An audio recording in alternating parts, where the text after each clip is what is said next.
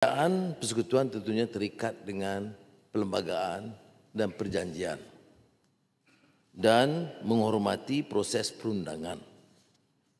Sebab itu kita menunggu sehingga 11 November untuk mengadakan mesyuarat khas Jemaah Menteri dan mendengar taklimat penuh dari Peguam Negara serta penghakiman Mahkamah Tinggi Kota Kinabalu terkait pemberian khas kepada Sabah.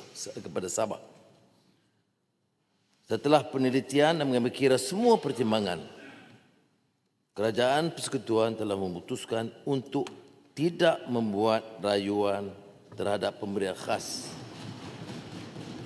berdasarkan 40% hasil, kerana ini juga termaktub dalam Perlembagaan Persekutuan. Malah hari ini Perbendaraan melalui Ketua Setiausaha Perbendaraan menulis surat kepada Setiausaha Kerajaan Negeri meminta supaya rundingan dimulakan segera.